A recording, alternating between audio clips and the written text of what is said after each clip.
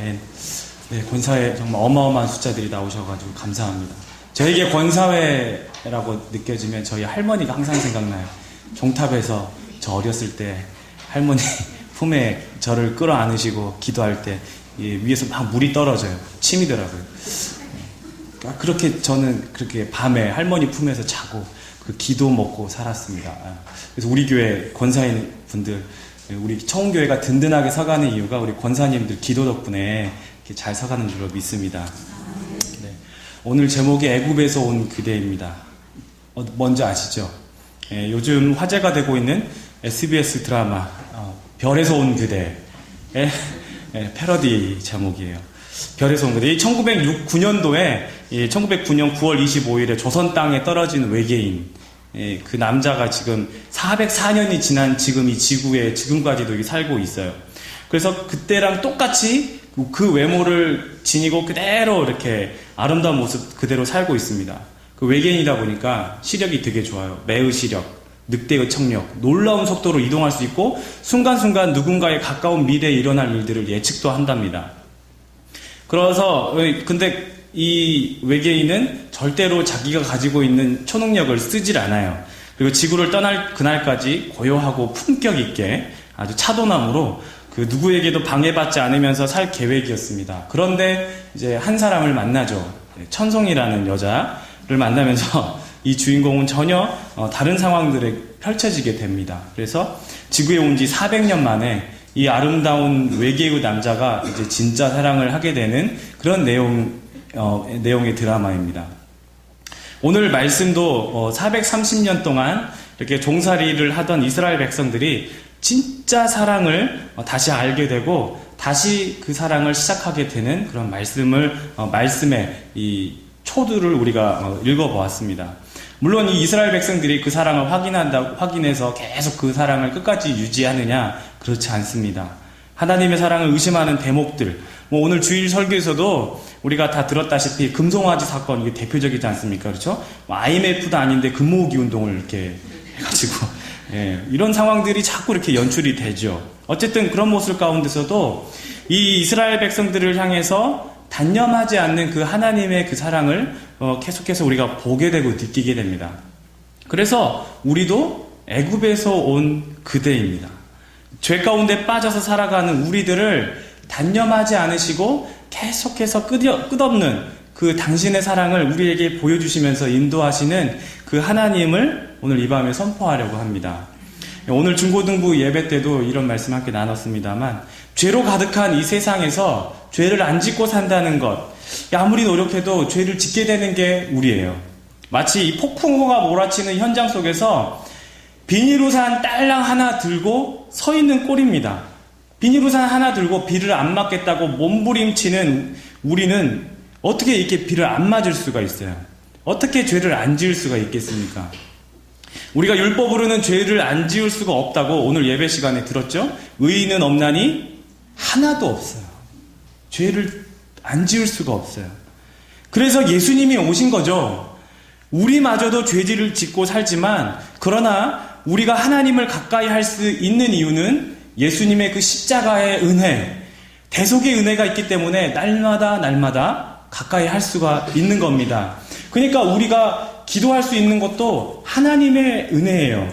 거기다가 기도의 응답까지 왔다면 더할 나위 없는 하나님의 은혜죠. 왜냐하면 하나님이 나와 함께 계시고 내 기도를 들어주신다는 이런 확실한 증거 아니겠습니까? 진짜 하나님이 내 기도를 들어주시구나. 그분은 정말 살아계시고 나와 관계되시는 분이시구나. 죄가 있으면 하나님이 가까이 할 수 없습니다. 하나님은 죄를 미워하시죠. 그러면 하나님이 자신의 사랑을 어떻게 전하겠습니까? 우리를 통해서 예수 그리스도를 전하겠다는 계획입니다. 마치 이 어느 방 안에 이 담배 연기가 가득 차 있는 그 방 안에 공기청정기를 딱 넣어두고 공기정화를 하는 겁니다. 하나님께서 죄로 가득한 이 세상에 하나님을 모르고 살아가는 이 죄인들을 구원하시겠다고 하는 그 하나님의 계획은 우리를 통해서 이 공기청정기처럼 조금씩 그 사람들에게 예수 그리스도를 전하게 하고 예수를 영접하게 하는 그런 방법들을 계획하시고 있다라는 사실입니다. 그리고 마침내 때가 되면 이 하나님은 공기청정기가 아니라 집 안에 있는 모든 창문들과 문들을 활짝 다 열으셔서 실내 공기를 바꿔버리실 거예요. 예수님께서 구름 타고 심판주로 오신다는 얘기입니다. 오신다고 하셨으니까 진짜 오실 겁니다. 그분을 기다리면서 우리는 공기청정기 역할을 계속하고 있으면 됩니다. 공기청정기가 고장나면요? 공기청정기 사다 넣으신 분이 고쳐주시겠죠. 그분이 고치시고 싸매시고 만져주시고 새롭게 할 것을 기대하면서 우리는 계속해서 이 공기를 정화하는 이 신앙을 계속해서 살아가야 한다는 것입니다. 이런 재미난 이야기가 있어요. 유교는 지혜를 가르치는 것이고 또 불교는 고행, 자기 득도를 가르치는 그 종교 아니겠습니까? 한 사람이 구덩이에 빠졌습니다. 그래서 나오지를 못해요. 그랬더니 유교의 창시자 이 공자가 지나가면서 이렇게 말을 합니다. 그러길래 내가 누누이 말했잖아. 그렇게 하면 빠지는 법 빠지지 말라고 했잖아. 이러면서 막 야단을 치면서 가버렸어요. 그리고는 잠시 후에 불교의 창시자 석가모니가 나타나가지고 지나가더니 이렇게 얘기합니다. 이보게, 이제 그 구덩이에서 이렇게 해서 이렇게 해가지고 구덩이에서 빠져 나오게, 이러고는 가버렸어요.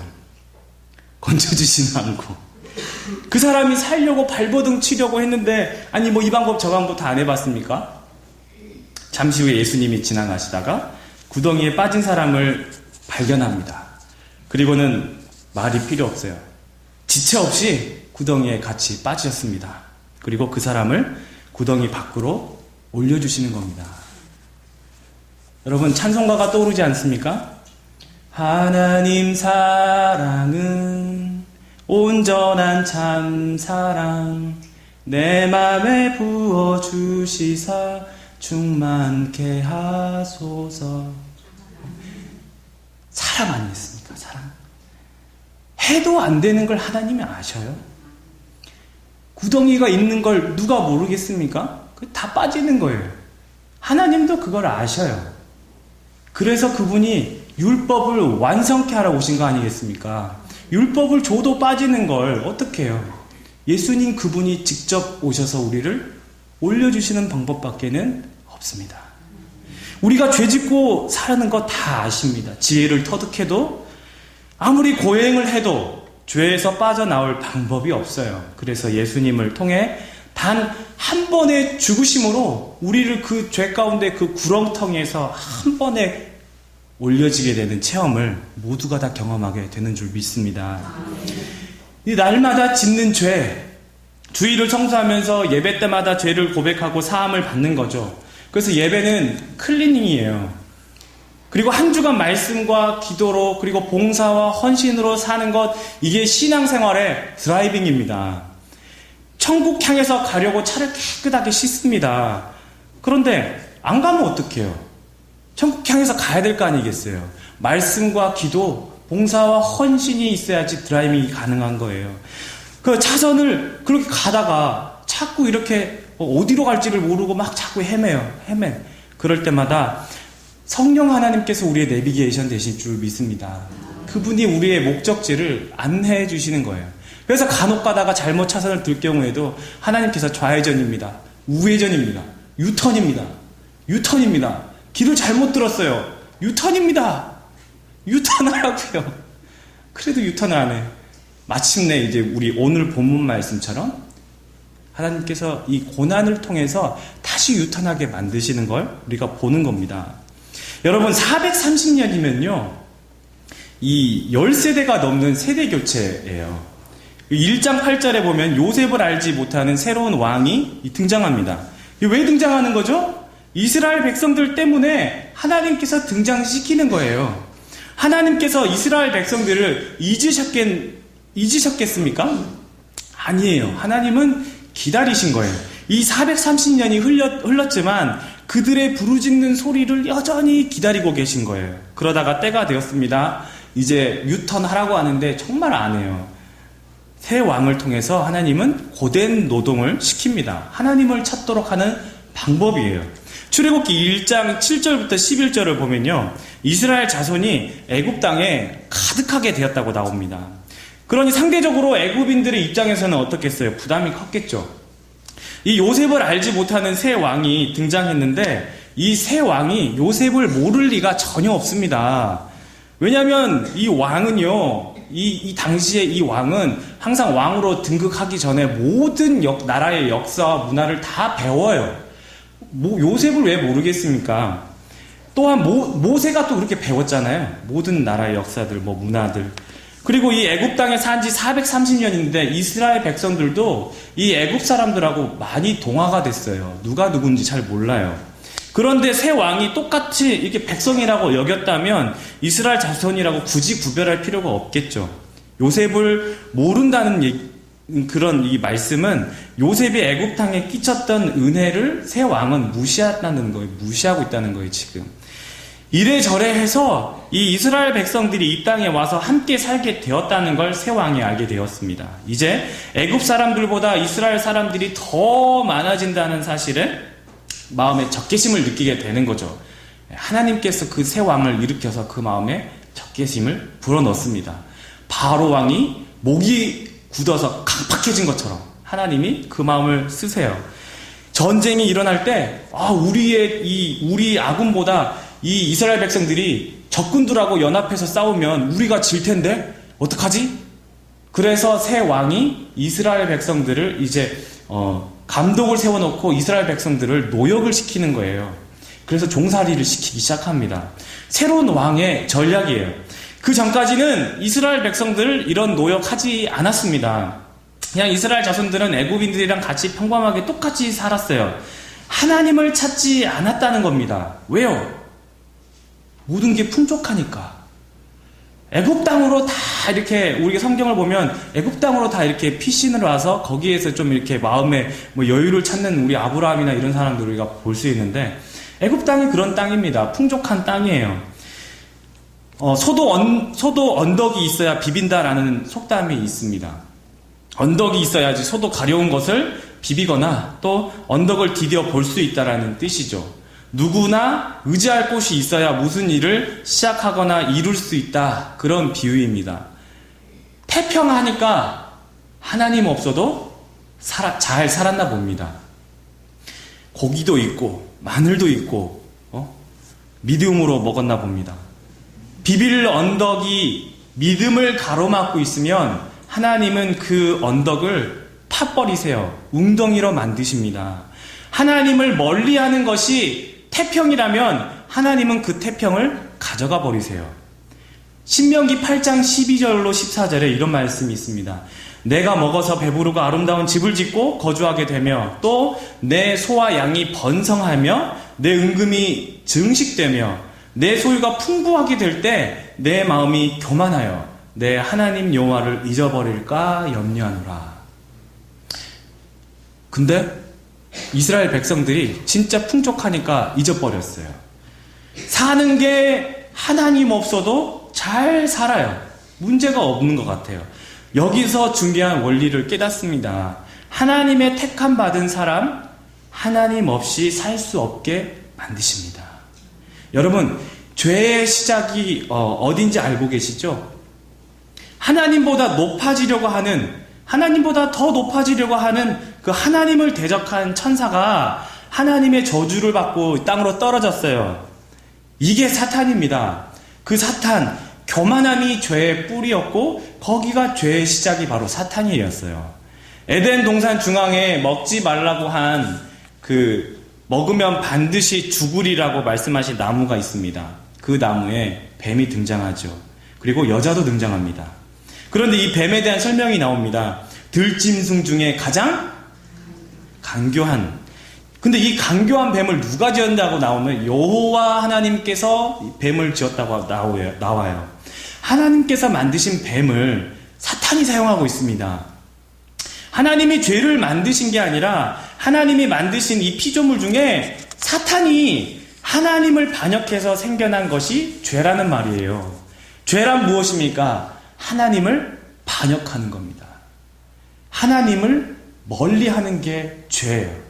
우리가 말하는 죄, 남을 때리고 도적질하고 뭔가를 하고 이런 거는 그냥 세상적인 그런 걸 통칭해서 우리가 죄라고 얘기하는데, 하나님은 그게 아니라 나를 멀리한 것이 죄라고 얘기를 하시는 거예요. 뱀이 묻습니다. 아니, 하나님이 진짜 동산나무의 모든 열매를 먹지 말라 했니? 여자가 대답해요. 동산나무의 열매를 우리가 다 먹을 수 있지만 동산 중앙에 있는 나무는 하나님이 먹지도 말고 만지지도 말라고 했어요. 그리고 뭐라 그래요? 우리가 죽을까 하노라. 이렇게 얘기를 해요.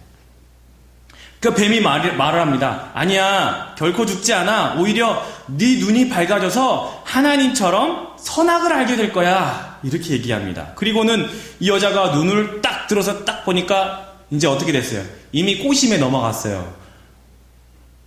그 나무를 딱 보니까 보암직도 하고 먹음직도 하고 지혜롭게 할 만큼 탐스럽기도 하다고 써 있어요. 그 눈이 그게 헷가닥한 거죠. 이제 그게 보이는 거예요. 에? 우리가 홈쇼핑 보면 사고 싶잖아요. 막 전화기 막 몇 번 들었다 내렸다 저걸 사야 돼 말아야 돼 막 고민하고 있을 때 매진 임박 마감 임박 지금 마지막 2개 남았으면 이렇게 전화기 딱 눌러가지고 막 여기요 막 주문한 것처럼. 지금 홈쇼핑도 그렇게 사람을 이렇게 마음을 이렇게 애간장을 높게 하는데 사탄이 하면 얼마나 오죽하겠습니까? 진짜 먹고 싶은 거죠. 여자가 그 나무를 보니까 진짜 먹고 싶은 거예요. 그리고는 여자가 먹어버렸어요. 그리고는 이마트에서 볼 수 있는 행동들을 여기서 시작합니다. 남편한테 와가지고 자기야 해봐, 먹어봐. 진짜예요. 그잖아요. 아니 여기서 하던 행동이 이마트에서도 지금 몇천 년이 지났으니까 똑같아. 정말 여자는 대단해요. 하나님을 멀리하려고 죄를 지은 것이 아니라 죄를 지었더니 하나님이 멀어지더라는 거예요. 본래 하나님과는 가깝게 지내고 싶었던 거죠. 근데 이제 죄 때문에 가까이 있지를 못해요. 사람은 하나님 없이는 못 삽니다. 못 사는데 하나님이 없이 살려고 발버둥 치는 인간 꼴을 보니 안 되겠다 싶은 거예요. 너는 내 사람인데 왜 자꾸 이렇게 벗어나려고 하니? 그렇다면 네가 얻으려고 하는 거 그거 다 내가 그냥 가져가야겠다. 이게 더 큰 사랑 아니겠습니까? 아니 애가 지금 불량식품을 막 먹으려고 그래요. 이거 먹으면 배탈 났는데 어떻게 하겠어요? 여러분 어떻게 하겠습니까? 뺏어야지 되는 거 아니겠어요? 오냐 많이 먹어라 그래. 단 거 당기지 그래 많이 먹어라. 뭐 이렇게 하겠습니까? 얼른 뺏어야죠. 그거 먹으면 배탈 나는데. 이스라엘 자손들은 애굽인들을 의지하면서 살았어요. 하나님은 질투하시는 분입니다. 애굽인들 때문에 살았는데 이제 하나님은 애굽인들 때문에 죽겠다는 말이 나오도록 하시는 거예요. 너무너무 힘들게 일을 하게 됩니다. 나날이 고된 노동 때문에 여러 형제들이 죽어갑니다. 하나님 없이 잘 사는 줄 알았는데 하나님은 그렇게 내버려 두지 않았어요. 하나님의 사람들이기 때문에 하나님은 바로 잡으시는 거예요. 이스라엘 백성들이 힘드니까 그제서야 하나님을 봅니다. 비로소 하나님을 봐요. 의지할 구멍이 없어요. 잡을 지푸라기가 없습니다. 비빌 언덕이 사라져 버렸어요. 이제 생각나는 게 있네요. 맞다. 야곱의 하나님, 이삭의 하나님, 아브라함의 하나님. 우리 조상 이 아브라함이, 이삭이, 야곱이, 요셉이 섬겼던 그 하나님께서 함께 하실 때 정말 그 민족이 부요했고 그 민족이 형통했고 파는 우물마다 다 터져 나왔고 흉년 때 하나님의 사람 요셉을 통해서 이렇게 주변 나라가 잘 살게 되었는데 우리가 이곳으로 이렇게 이민을 오게 되었는데 잘 살다 보니까 하나님을 잊어버렸구나. 그제서야 그게 생각이 나게 됩니다. 고난은 힘들어 보이지만 유익합니다. 시편 119편 71절에 이런 말씀이 있어요. 고난당한 것이 내게 유익이라. 이로 인하여 내가 주의 율례를 배우게 되었나이다. 그것 때문에 주의 율례를 배우게 됐대요. 고난을 통해서 하나님의 살아계심, 나를 사랑한다는 그 기적 같은 체험을 하게 된다는 사실이에요. 그런데 그런 기적 같은 체험을 하게 될 때 가만히 있지 않은 놈이 있어요. 그게 어떤 놈이에요? 그 에덴 동산에 있던 놈. 사탄이에요. 사탄은 그걸 보고 가만히 있지를 않습니다. 이제 기적 같은 체험을 맛보게 되면 정말 강력한 신앙, 믿음이 생기는데 어떻게 그걸 보고 있어요? 스스로 그 고난의 끄트머리에서 낙심하고 실족하도록 만들어버려요. 사탄의 정말 최후의 전략이죠. 이때 필요한 게 뭐겠습니까? 믿음이고 인내입니다. 그 고난의 끄트머리까지 잘 갔다가 막판에 이렇게 실족하는 사람들을 많이 보게 돼요. 좌로나 우로나 치우치지 않고 그 하나님의 말씀을, 그 말씀하신 바를 그대로 믿고 나아가는 그 믿음이 필요해요. 그때서야 비로소 내가 정금같이 나오리다, 이런 고백이 그냥 절로 나오게 되는 거죠. 이제 이스라엘 백성들은 어떡할까요? 이제 이 비빌 언덕이 없어져 버렸습니다. 하나님을 찾습니다. 부르짖었더니 하나님께서 하시는 말씀이에요. 조상과 맺었던 그 언약을 기억하시는 거예요. 택하셨던 백성들을 돌보셨다고 말씀하고 있습니다. 그들의 부르짖음이 상달되었더니 이제 하나님께서 일하시는 타임이 되었어요. 하나님은 그의 언약을 기억하셨다고 말씀합니다. 궁극적으로 우리에게 오실 그 메시아, 우리 때문에 오셔야 할 그 예수 그리스도, 그 약속의 성취를 하기 위해서 하나님 자신의 그 약속을, 말씀하신 그 언약을 지키시는 거예요. 예수 그리스도는 우리가 아니면 오실 이유가 없습니다. 세상을 이처럼 사랑하지 않으시면 오실 이유가 없어요. 우리 때문에 오신 거예요. 우리를 사랑하시기 때문에. 이제 이 이스라엘 백성을 통해서 우리의 모습을 거울로 삼았으면 좋겠습니다. 이 반면교사가 됐으면 좋겠습니다. 우리의 삶 가운데, 그러면 우리가 이 애굽인들을 의지하는 모습들은 없습니까? 하나님 없이도 행복하게 잘 사는 사람들이 참 많아 보여요. 잘 버는 것 같고, 잘 쓰는 것 같고, 자기가 기대하고 생각했던 그런 삶들을 사는 것 같아요. 하나님은 그런 것들을 의지하라고 하신 적이 없습니다. 하나님을 의지하며 하나님을 사랑하기를 원하시는데 나는 지금 너무 평안하다고 얘기하는 거예요. 나는 지금 너무 행복해요. 하나님 없어도 잘 사는 것 같아요. 주일 예배에 한두 번 빠지니까 큰 문제가 없네요. 그냥 이대로 쭉 살아도 괜찮을 것 같아요.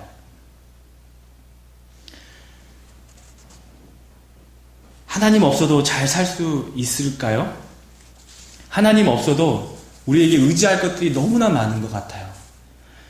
자, 여기까지가 우리의 생각입니다. 그렇다면 하나님의 말씀을, 하나님의 생각을 우리가 한번 들어볼까요? 신명기 32장 6절에 어리석고 지혜 없는 백성아, 여호와께 이같이 보답하느냐? 그는 내 아버지시요 너를 지으신 이가 아니시냐? 그가 너를 만드시고 너를 세우셨도다. 이사야 49장 16절에 내가 너를 내 손바닥에 새겼고. 하나님 말씀합니다. 그래? 내가 가장 중요한 게 아니라 내가 있어도 그만 없어도 그만이니? 나를 의지하지 않고도 행복을 느끼니? 그렇게 잘 산다고 하는 거니? 너를 누가 만들었느냐? 너를 내 손바닥에 새겼단 말이야. 지금은 돌아가신 제 할머니의 손목에 이렇게 파란 점 2개가 있는 것을 저는 기억을 합니다. 제가 어렸을 때 이 할머니 손목에 이 작은 파란 점 이 2개를 보면서 할머니 이게 뭐예요? 이렇게 물어봤어요. 여쭤봤더니 할머니가 어렸을 때 친한 친구랑 이 우정 표시를 했다고 합니다. 이 어떻게 한 거냐고 물어봤더니 알고 계세요? 이 파란색 그 잉크인지 모르겠는데 그거를 바늘에 실을 이렇게 묻혀가지고 구멍을 이렇게 뚫고 이렇게 나가는 거예요. 그래서 파란 점 2개가 그렇게 생겼다고 했잖아요. 그때 할머니가 어렸을 때 그렇게 우정 표시를 했대요. 하나님께서 자기 손바닥에 우리를 새겼어요. 그걸 보면서 날마다 우리를 생각하시는 그 사랑을 우리가 느끼게 됩니다.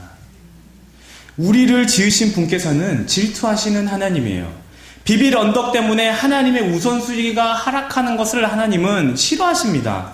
언약하신 말씀 따라서 예수 그리스도를 결국에는 찾게 만드시는 거예요. 그걸 고난을 통해서 이끄시는 것을 오늘 우리 본문을 보면서 우리가 알게 되는 겁니다. 하나님은 이스라엘 백성들이 애굽 땅에서 이 애굽을 의지하며 살기를 원치 않으시는 거였어요. 하나님의 택함 받은 백성들이 결국 하나님의 나라에 가기까지 우리를 끊임없이 사랑과 견책으로 지키시고 보호하시고 인도하신다는 그 사실을 내가 안다면 내가 붙들고 있는 것이 애굽인지 예수님인지 곰곰이 생각해 봐야 돼요. 내가 내려놓지 않고 있는 그 애굽이 있다면 하나님은 새 왕을 일으키셔서 그 애굽을 통해서 정말 내 의지를 완전히 꺾어버리실 거예요. 내려놓지 않는 만큼 우리는 그만큼 그 밑바닥까지 내려가게 됩니다. 본문에 이스라엘 백성들이 그랬어요. 하나님을 향해서 부르짖게 됩니다. 이제는 마지못해서 부르짖게 되는 거예요. 더 이상 의지할 것도 없고 물러설 것도 없어요. 하나님 아니면 이제는 죽는 길이에요.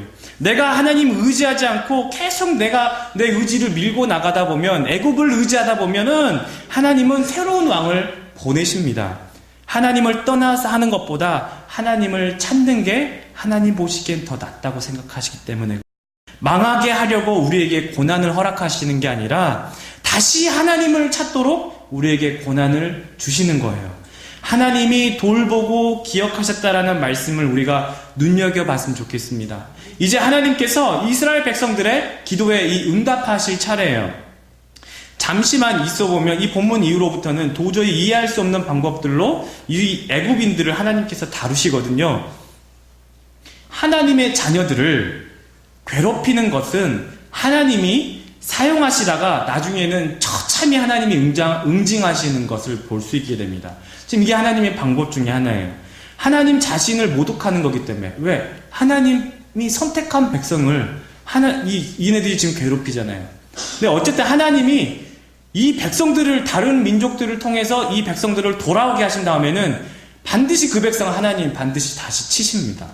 하나님은 바벨론이나 아수르 왕 같은 이 나라를 통해서 이스라엘 백성들을 고난 가운데서 빠지게 하시고, 그리고 이 이스라엘 백성들이 하나님을 찾았을 때, 그리고 다시 하나님은 이 나라들을 망하게 하세요. 사탄도 마찬가지입니다. 하나님은 사탄의 활동을 허락하셔요. 하나님의 통치 아래서 이 사탄의 활동을, 하나님은 사탄을 사용하기도 합니다. 그리고 주님 오시면 이 사탄이 어떻게 돼요? 저 무저갱으로 빠져서 이제 사탄의 모든 활동이 끝나게 되죠. 그때가 언제예요? 우리 주님 오실 때. 하나님의 통치 아래서 하나님이 사용하고 계시는 거죠. 이스라엘 백성의 기도를 들으셨습니다. 하나님은 아브라함, 이삭, 야곱에게 세운 그 언약을 기억하셨다고 말씀합니다. 언약에 따라서 은혜를 베푸시고 그 언약을 충실히 지키십니다. 근데 이 언약은요, 히브리어로 베리트라는 단어인데요. 이 베리트라는 뜻이 뭐냐면 자르다, 그리고 또는 먹는다라는 뜻이에요. 구약시대에서 이 언약을 세울 때 희생동물을 반으로 뚝 잘라가지고 두 줄로 이렇게 세웁니다. 그리고 나서 그 사이를 언약자들이, 서로 약속한 이 언약자들이 그 사이를 왔다 갔다 합니다. 이게 무슨 뜻이냐면, 언약을 어기면 이 짐승처럼 자름을 당한다, 그런 의식의 표현으로 약속을 하는 게 바로 이 언약이에요. 그 베리트라는 뜻이죠. 창세기 15장 7절에서도 보면요, 모세의 출애굽 사건을 하나님이 아브라함에게 언약하십니다. 해질 때 아브라함에게 깊은 잠이 임하고 큰 흑암과 두려움이 그에게 임하였더니 여호와께서 아브라함에게 이르시되 너는 반드시 알라, 내 자손이 이방에서 객이 되어 그들을 섬기겠고 그들은 400년 동안 내 자손을 괴롭히리니 그들이 섬기는 나라를 내가 징벌할지며 그 후에 네 자손이 큰 재물을 이끌고 나오리라. 너는 장수하다가 평안히 조상에게로 돌아가 장사될 것이요 내 자손은 4대 만에 이 땅으로 돌아오리니 이는 아모리 족속의 죄악이 아직 가득 차지 아니함이니라 하시더니 해가 져서 어두울 때에 연기 나는 화로가 보이며 타는 횃불이 쪼갠 고기 사이로 지나더라. 쪼갠 고기 사이로 지나는 거, 이게 바로 베리트예요. 하나님이 아브라함하고 또다시 이렇게 언약을 맺는 거예요. 근데 이 횃불이 지나가왔다는 거잖아요. 하나님이 강력하게 아브라함에게 정말 이 약속을 지키겠다라고 하는 그 강한 확신으로 이렇게 언약을 우리에게 보여주시는 사건입니다. 하나님을 의지해야 됩니다. 하나님은 여러분에게도 반드시 그 언약을 주셨습니다. 비빌 언덕을 예수 그리스도의 이름으로 여러분 다스리시기를 바랍니다. 그래야 애굽에서 온 그대가 됩니다.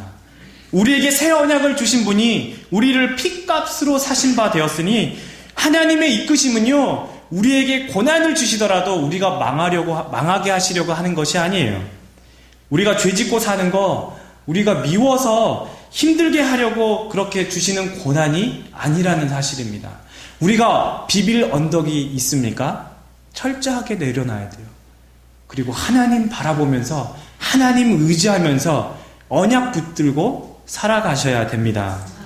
나를 손바닥에 새기신 그 하나님의 그 언약, 그 하나님의 그 사랑, 하나님은 오늘도 계속해서 우리를 손바닥에 새겨놓고 계속해서 그 언약을 말씀하시는 거예요. 그 언약을 기억한다면 우리는 결코 낙심하거나 실족할 일이 아닙니다.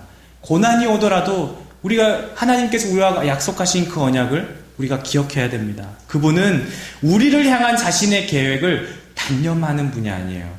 우리가 죄를 지었다 할지라도 계속해서 우리를 향해서 기다리십니다. 우리를 애굽에서 이끄신 하나님께서 오늘 이 밤에 주를 향한 그 믿음을 확인하시기를 원하세요. 정금같이 빛나라고 때로는 고난도 주십니다. 하나님은 여러분과 청교회를 사랑하십니다. 기도하겠습니다.